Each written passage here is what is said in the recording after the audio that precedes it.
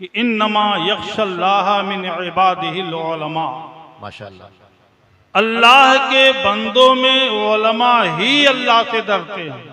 क्या कहने हैं? नतीजा है जो अल्लाह से डरते हैं वो किसी से नहीं डरते।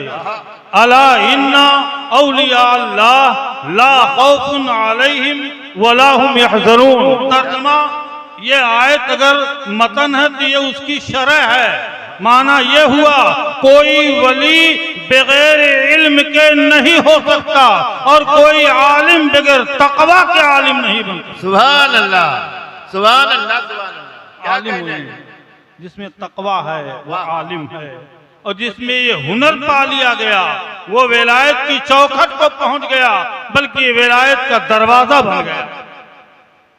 और एक बात आका करीम सल्लल्लाहु अलैहि वसल्लम ने फरमाया, अल उलमाओ वरसतुल अंबिया। उलमा अंबिया के वारिस हैं, और ये साफ जाहिर है। प्यारे आका ने भी इरशाद फरमाया कि हम अंबिया अपने किसी वारिस को दुनिया की दौलत, दीनारो दिरहम, बाग बागीचा, दुनिया की धन दौलत नहीं देते, बल्कि उन्हें हम अपने औसाफे जमीला का वारिस बनाते। सुभान अल्लाह, सुभान वो अपने औसाफ का, चुनांचा हुजूर सैयदी सरकार पीरे पीरा मीरे मीरा शाह जीला सरकार शेख अब्दुल कादिर जीलानी रहमतुल्लाह ताला अलैह ने फरमाया कि तमाम औलिया किसी ना किसी नबी के नक्शे कदम पर हैं, लेकिन मैं बदरे कामिल मुस्तफा जाने रहमत सल्लल्लाहु अलैहि वसल्लम के नक्शे कदम पर हूँ। वाह वाह, क्या कहने। लेकिन एक बात याद रखिएगा, हम जो लोग मौजूद हैं ना, शायद इस आयत के मिस्दाक नहीं हैं, बस हमारे दीन की हक्कानियत के दोनों शाहिद हैं, मुईनुद्दीन अजमेरी, मुहीउद्दीन जिलानी। जो उलमा अंबिया के वारिस हैं उनमें मखदूमे पाक हैं, जो उलमा अंबिया के वारिस में शुमार होते हैं हुज्जतुल इस्लाम इमाम गज़ाली हैं, जो उलमा अंबिया के वारिस में शुमार होते हैं वो सैयदी इमाम अहमद रज़ा पादरी बरेलवी हैं, जो उलमा अंबिया के वरसा में शुमार किए जाते हैं उनमें से एक ख्वाजा खाजगा अताए रसूल ख्वाजा करीम नवाज अलैहि रहमत व रिज़वान है। जिन उलमा का शुमार नबी के वरसा में होता है उनमें सैयदी सरकार है इमाम सरकार गौसे आदम रज़ियल्लाहु ताला अन्हु। माशाअल्लाह। ये है उनकी नज़ीरें, ये है उनके वारिसीन, यही हक अदा करते हैं विरासत का। हम तो सिर्फ लड्डू, हलवा, बिरयानी, मुर्गा खाने के वारिस बने।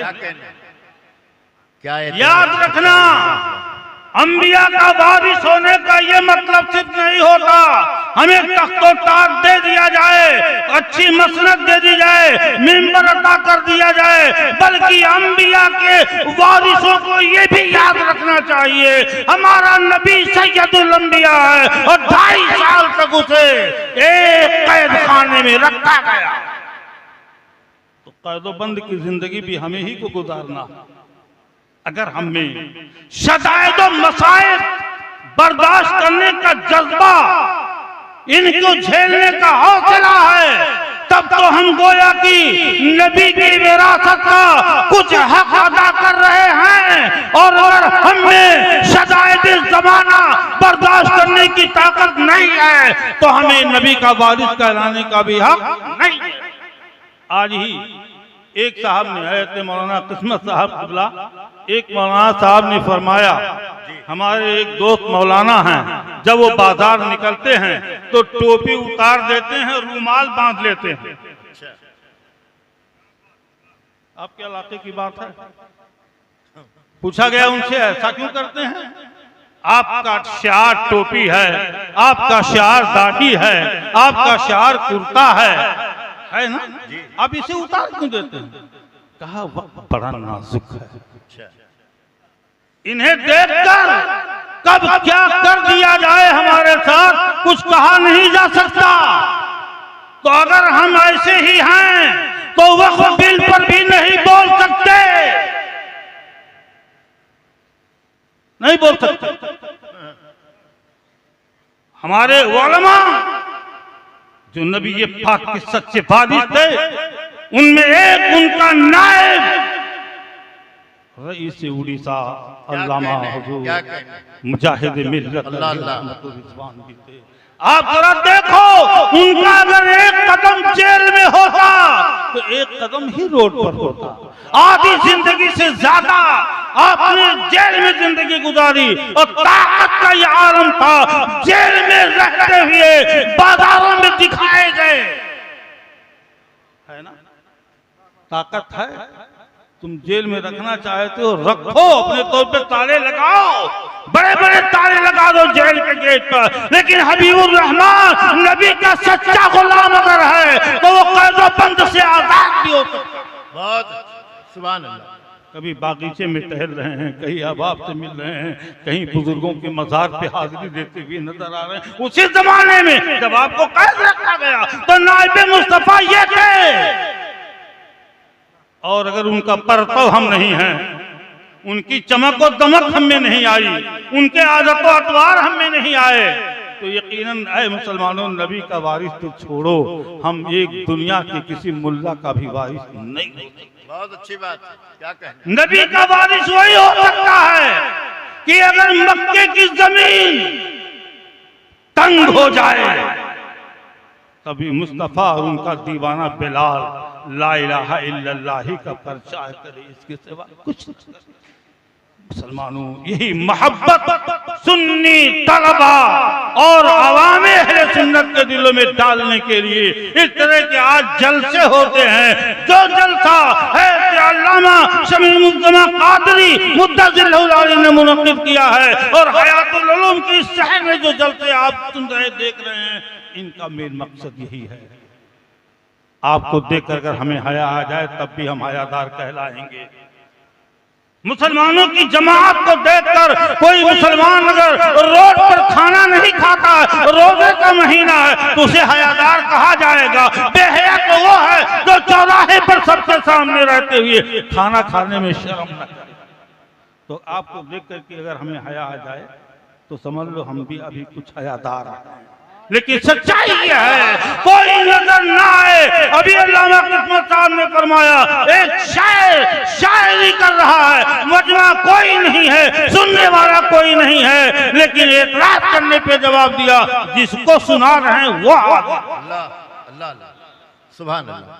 तो हम जिसके गुलाम हैं, जिसके वारिस हैं, वो तो हमें देख रहा है। लिहाजा ए उलमा की जमात, कोई हमें टोके ना टोके, हमें देखे ना देखे, हमें पाबंद करे ना करे, हमारे नाम के आगे के टाइटल में मौलाना है, अल्लामा लिखा गया है, तो हमें सुन्नत का लिबास पहनकर कौम के दरमियान तबलीग करने की जरूरत। जिंदाबाद सुभान अल्लाह। ये दारुल सुभान अल्लाह आपकी हौसला अफजाई के लिए और आपके नाखादा लोगों को खादा बनाने के लिए, तालीम याफ्ता बनाने के लिए खुराक का इंतजाम करता है, बिजली का इंतजाम करता है, पानी का इंतजाम करता है, रहने सहने का इंतजाम करता है, दवा इलाज का इंतजाम करता है, किताब का इंतजाम करता है, सारा इंतजाम ये इदारा करता है। अल्लामा अतीकुज़्ज़मा साहब रात दिन एक करके बच्चों की देख रेख करते हैं, लेकिन क्या वजह है मुसलमानों कि जहाँ हमारे लिए कोई फैसिलिटी नहीं है वहाँ हमारे बच्चे जा रहे हैं, और जहाँ सारी फैसिलिटी मौजूद है वहाँ हमारी कौम अपने बच्चों को नहीं भेज रही है। क्या कहने हजरत, लम्हे फिक्रिया है, क्या कहने। वाह वाह।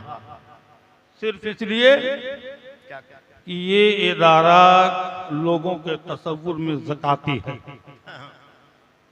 मुसलमानों के दारुल सदकाती हैं, ज़काती हैं, इसलिए मुस्लिम साहू सेठकार मदरसों में बच्चों को नहीं भेजते, और इसी की मार है कि ये यूनिवर्सिटियों में भी नहीं भेज पाता। जी हाँ, आज मदारिस अरबिया के तलबा जितनी कसीर तादाद में यूनिवर्सिटियों में पढ़ रहे हैं, आम मुसलमानों के बच्चे उतनी तादाद में नहीं पढ़ रहे हैं कॉलेजों में। सदका ज़कात देकर मदरसे चलाने वालों और अपने बच्चों को तालीम इस्लामी से महरूम रखने वालों, मैं आपसे अर्ज करता हूँ वही बात जो खतीबे हिंदुस्तान नहीं बल्कि खतीबे यूरोप एशिया अल्लामा कमरुज़्ज़मा खां मद्दज़िल्लहुल आली ने रौनाही के जलसे में इरशाद फरमाया था, ऐ मुस्लिम सेठो, अगर तुम्हें ज़काती मदरसे पसंद नहीं है जिसकी वजह से अपने होनहार बच्चों को दीनी तालीम नहीं देते, तो आओ पढ़ो, एक दारुल ऐसा बनाओ जिसमें ज़कात की रकम न लगी हो, सरसरी की रकम न लगी हो, सिर्फ सेठों के हलाल रोजी से मदरसा तैयार किया गया हो, उसमें तो अपने बच्चों को पढ़ाओ। बहुत अच्छी बात, वाह। एक मौलाना से मेरी बहस हुई, आज चूंकि बिरादरी बात चल रहा है ना, ऊंच नीच का, जो बिरादरी बात का सबसे ज्यादा मुखालिफ जमात थी उसने भी अब ऐलान कर दिया बिरादरी बात का, मालूम है कि नहीं? जी जी जी, बात खत्म कर दे रहा हूं। आखिरी जो लोग जात बात नहीं करना चाहते थे, बिरादरी बात के मुखालिफ थे, उन्होंने भी ऐलान कर दिया कि अब एक एक आदमी की गिनती होगी, कितने मुस्लिम, कितने गैर मुस्लिम, कितने सिख, कितने ईसाई और मुसलमानों में कितनी बिरादरी, अब तो वो भी मानने लगे। तो मौलाना साहब ने हमें ताना दिया कि छोटी कौमों की तरक्की कयामत की निशानी है। छोटी कौमों की निशानी ये कयामत की निशानी है। हमने कहा एक जुमला और जोड़ लीजिए, बड़ों की तनज़्ज़ुली भी कयामत की निशानी है, लाजमी पहलू है। आप जरा सोचें, हिंदुस्तान से प्यारे आका ने कितना प्यार किया, अपनी आलो औलाद के 1 दर्जन से ज्यादा नौजवान हिंदुस्तान भेजा। खाजे पाक को किसने अता किया? प्यारे आका ने अता किया। है मखदूम शिमला को किसने अता किया? प्यारे आका ने अता किया। है शेख अब्दुल्लाह मुहद्दिस देहलवी को किसने भेजा? प्यारे आका ने हिंदुस्तान भेजा। तो अगर हिंदुस्तान की सरजमीन पर मेरे आका ने अपने जवानों को हिंदुस्तान भेजा, तो आए उनकी औलादों, मशाइख के बच्चों, क्या बात है, विरासत बाकी रखो, विरासत जिंदा रखो, अपने खानदानों में इल्म का चिराग जलाओ, फर्जी मार्कशीटों से खाली पीर बनने के लिए हयातुल उलूम से सनदें ना। ये है उस्तादुल हुफ़ाज़ुल कुर्रा, है हाफ़िज़ुल क़ारी हमीदुज़्ज़मा साहब अलैहिर्रहमा ने अगर कुछ भी न कमाया होता तो अपनी औलाद में इतने हाफिज़ क़ारी दिया है कि मुसलसल इनकी जानिब से सवाब उनकी बारगाह में पहुंच रहा है, क़यामत तक पहुंचता रहेगा। हे मुसलमानों, ये नहीं कहे ये दारा सदकाती ज़काती है, खाते पीते भी रहे, अच्छे भी रहे, माशाअल्लाह, किसी को इन्होंने ये न सोचा कि ज़काती किससे कमजोर हैं ये चेहरे। आप देखो इन नूरानी चेहरों को जिस सूबे में भी होते हैं ये कहकशां की तरह चमकते हैं, कोई नहीं कह सकता कि ये गरीब गरीब हैं। नहीं नहीं, न दुनिया इनके पास कम है, न दीन इनके पास कम है। इबरत का सामान है हमारे लिए।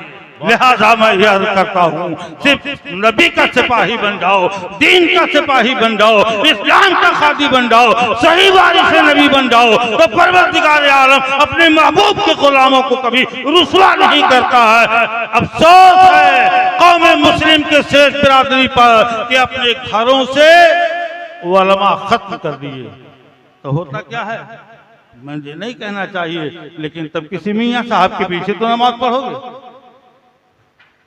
जिसका पेट नहीं भरा है, जिसका गला सूखा है, जिसके कपड़े फटे पुराने हैं, वो मुसल्ले पर खड़ा होता है, तो जहां आपकी सेठपंद उनके सामने होती है, वहीं उसके सामने गुर्बत भी अपना दामन पसारे रहती है। अब वो गरीब बेचारा खाने पीने के चक्कर में है, नमाज जैसे तैसे पढ़ के दुआ मांग लिया। कितनी दुआ कबूल होगी मुसलमानों, कितनी कबूल होगी? आसूदा हाल, आसूदा तबीयत, तबीयत पुरसुकून दिल जब मौला की बारगाह में झुककर ला इलाहा इल्लल्लाह पढ़ता है तो बड़े बड़े शर्कत के सर कटकर जमीन पर आ जाते हैं। लेकिन ये पुरसुकून दिल किसे हासिल? हम लोगों को, जिनकी मस्जिदें उस वक्त तक वीरान रहें जब तक 1000 का मुअज्जिन अजान न दे। उनकी मस्जिदों के मुसल्ले पर एक आदमी भी इमाम बनने के लायक नहीं होता जब तक हमारे मदरसे का करीब फारिग 5000 रुपए पे इमामत न करे। लिहाजा गुजारिश है कि हयातुल उलूम ये हयात बख्शदारा है और इसके तमाम मिंबरान इल्म को फैलाने के लिए कमर बस्ता है। जरूरत है कौम मिल्लत के लोगों, तुम इनका खैर मकदम करो, वालिहाना मोहब्बत के साथ इनकी तालीमी कारकर्दगी का इस्तकबाल करो ताकि जैसे इल्म से मामूल रहे ऐसे आपका शहर आपका इलाका भी इल्म व अमल का गंजीना बन जाए। परवरदिगारा इनकी खिदमत को कबूल फरमाए और इनके वालिद गिरामी दादा मरहूम की करामात से उनके फयूज़ व बरक़ात से हम सबको माला माल होने की तौफीक अता फरमाए। अस्सलामु अलैकुम। जिंदाबाद।